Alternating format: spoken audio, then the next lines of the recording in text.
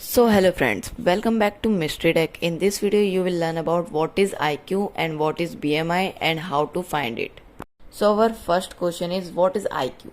तो जो IQ होता है उसकी फुल फॉर्म होती है इंटेलिजेंस कोशेंट, जिसका मतलब होता है कि एक आदमी कितना कैपेबल है अपनी एज के हिसाब से किसी भी क्वेश्चन या टेस्ट को सॉल्व करने में।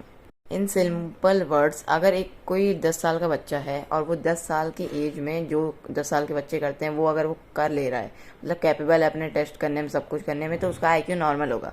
अगर वो 10 साल का बच्चा 12 साल के बच्चों की तरह बिहेव कर रहा है और उनकी तरह सारे क्वेश्चन सॉल्व कर ले रहा है तो उसका आईक्यू ज़्यादा होगा। So our next question is how to find IQ. IQ का सिंपल सा फॉर्मूला होता है MA/CA/100। इसका मतलब mental age upon actual age into 100। तो जैसा कि आपने कभी ना कभी तो सुना ही होगा कि जैसे कि बहुत सारे फेमस लोगों का आईक्यू 100 से ऊपर होता है, 120 से ऊपर होता है। तो इसका मतलब क्या होता है? जो इंसान का आईक्यू 100 से ऊपर होता है उसका एवरेज या नॉर्मल में आता है।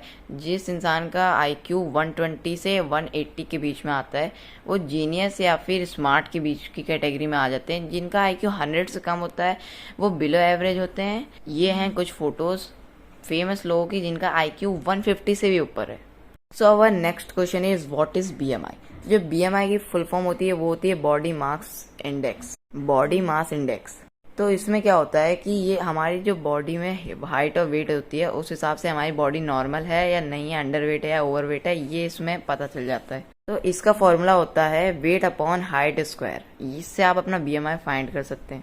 तो जो छोटे बच्चों का बीएमआई होता है वो 15 से 20 के बीच में आता है। 15.0 से लेके 20.0 तक के बीच में नॉर्मल होता है। जो एडल्ट का होता है वो 18.5 से लेके 25.2 तक का होता है। अगर कोई 30 से 35 के बीच में आता है तो वो ओबेसिटी की कैटेगरी में चला जाता है, और अगर कोई 18 से नीचे में आता है तो वो अंडर वेट की कैटेगरी में चला जाता है अडल्ट वाले केस में।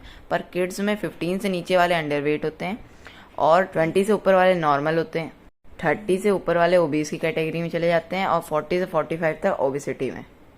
तो आई होप कि आपको ये इस वीडियो से थोड़ी बहुत भी नॉलेज मिली होगी। तो आप वीडियो को लाइक और सब्सक्राइब कर दीजिएगा।